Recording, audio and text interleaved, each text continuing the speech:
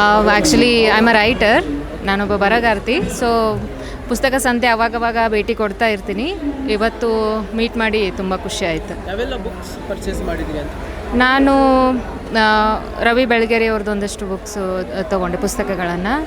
ಆಮೇಲೆ ಸಂತೋಷ್ ಮೆಹಂದಳೆ ಆ್ಯಂಡ್ ಭೈರಪ್ಪನವರು ತಗೊಳ್ತಾ ಇರ್ತೀನಿ. ಆಲ್ಮೋಸ್ಟ್ ಎಲ್ಲ ಝೋನರ್ ಕಥೆಗಳನ್ನು ಬುಕ್ಗಳನ್ನ ಓದ್ತಾ ಇರ್ತೀನಿ. ಪ್ರತಿ ವರ್ಷವೂ ಕೂಡ ಬರ್ತಾರೆ ಮೇಡಮ್ ಪುಸ್ತಕ ಸಂತೆ? ನಾನು 2 ವರ್ಷದಿಂದ ಬರ್ತಾಯಿದ್ದೀನಿ. ವೀರಲೋಕ ಅವರು ಇದನ್ನು ಮಾಡ್ತಾ ಇರೋದು ಭಾಳ ಖುಷಿ ವಿಚಾರ. ಇಲ್ಲೇ ಇದು 2ನೇ ಸಲ ನಾನು ಬರ್ತಾ ಇರೋದು ಜಯನಗರದಲ್ಲಿ. ಮತ್ತು ಆ ಕಡೆ ಈ ಕಡೆ ಎಲ್ಲರೂ ಇದ್ರೂ ಹೋಗ್ತಾ ಇರ್ತೀನಿ. ಅಂದರೆ ಈಗ ಪುಸ್ತಕ ಓದುವಂಥವ್ರ ಸಂಖ್ಯೆ ಕೂಡ ಕಡಿಮೆ ಆಗಿದೆ. ಓಕೆ, ಮನರಂಜನಾ ಕ್ಷೇತ್ರಕ್ಕೆ ಹೆಚ್ಚು ಹೋಗ್ತಾ ಇರ್ತಾರೆ ಜನರು. ಪುಸ್ತಕ ಓದುವಂಥವ್ರು ಪುಸ್ತಕ ಮಳಿಗೆಗೆ ಬರುವಂಥ ಜನಸಂಖ್ಯೆ ಕಡಿಮೆ ಆಗಿದೆ. ಅವ್ರಿಗೆ ಏನು ಹೇಳ್ತಾರೆ ಅಂತ? ಪುಸ್ತಕ ಆ್ಯಕ್ಚುಲಿ ಹೇಳಬೇಕು ಅಂದರೆ ಈಗಿನ ಜನ್ರೇಷನ್ಗೆ they are behind the mobile, cell phone.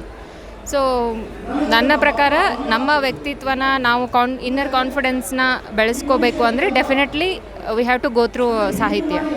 ಯಾವುದೇ ಆಗಿರಲಿ, ಇದೇ ಭಾಷೆ ಅಂತಲ್ಲ, ನಿಮ್ಗೆ ಯಾವ ಭಾಷೆಯಲ್ಲಿ ಅವೈಲೇಬಲ್ ಇದೆಯೋ, ಯಾವ ಭಾಷೆಯಲ್ಲಿ ನೀವು ಇದ್ದಿದ್ದೀರೋ ಆ ಭಾಷೆಯಲ್ಲಿ ಸಾಹಿತ್ಯವನ್ನು ಓದಿ. ಆ್ಯಂಡ್ ವ್ಯಕ್ತಿತ್ವ ನಿಮ್ಮದು ಒಳ್ಳೆಯ ವ್ಯಕ್ತಿತ್ವ ರೂಪುಗೊಳ್ಳುತ್ತೆ. ಜೊತೆಗೆ ನಿಮ್ಮ ಬದುಕಿನ ಒಂದು ಪರ್ಪಸ್ ಆಫ್ ಲೈಫ್ ಅಂತಾರಲ್ವ, ಅದನ್ನು ನಾವು ಕಂಡ್ಕೋಬೇಕು ಅಂದರೆ definitely we have to go through the ಸಾಹಿತ್ಯ. ಸಾವಿರಾರು ಪುಸ್ತಕಗಳಿದೆ ಮೇಡಮ್, ನಿಮ್ಮ ಕಣ್ಣಿಗೆ ಬಿದ್ದಿದ್ದು ಇದನ್ನು ತೆಗೆದುಕೊಳ್ಳೇಬೇಕು ಆ ಥರದ್ದು ತುಂಬ ಇದೆ ಕನ್ನಡ ಸಾಹಿತ್ಯದಲ್ಲಿ.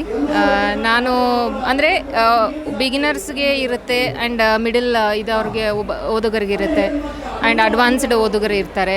ಸೊ ಬಿಗಿನರ್ಸಿಗೆ ನಾನು ಹೇಳೋದಂದರೆ ಜೋಗಿಯವರನ್ನು ಓದಿ, ಸಂತೋಷ್ ಮೆಹಂದಳೆ ಅವ್ರನ್ನ ಓದಿ, ತ್ರಿವೇಣಿಯವರನ್ನು ಓದಿ, ಅಶ್ವಿನಿಯವರನ್ನು ಓದಿ, ಆಮೇಲೆ ಭೈರಪ್ಪನವರು, ಬೆಳಗೆರೆ, ಎಂಡಮೂರಿ ಇವ್ರದ್ದು ಹೋದರೆ. ಆ್ಯಂಡ್ ಆದ ನಂತರ ಗೋ ಥ್ರೂ ದ ಡೆಪ್ತ್ ನಾವು ಆಳವಾಗಿ ಇಳಿಬೋದು. ಅದರಲ್ಲಿ ಭೈರಪ್ಪನವ್ರನ್ನ ಓದಬೇಕಂದ್ರೆ ಸ್ವಲ್ಪ ನಮಗೆ ಬೇಕು, ನಾವು ಓದಿ ಕಲಿಬೇಕು. ಫಸ್ಟು ಅರ್ಥ ಮಾಡ್ಕೊಳ್ಳಿ ಟೈಮ್ ಬೇಕಾಗುತ್ತೆ. ಡೆಫಿನೆಟ್ಲಿ ತುಂಬ ಸಮಯ ಬೇಕಾಗುತ್ತೆ.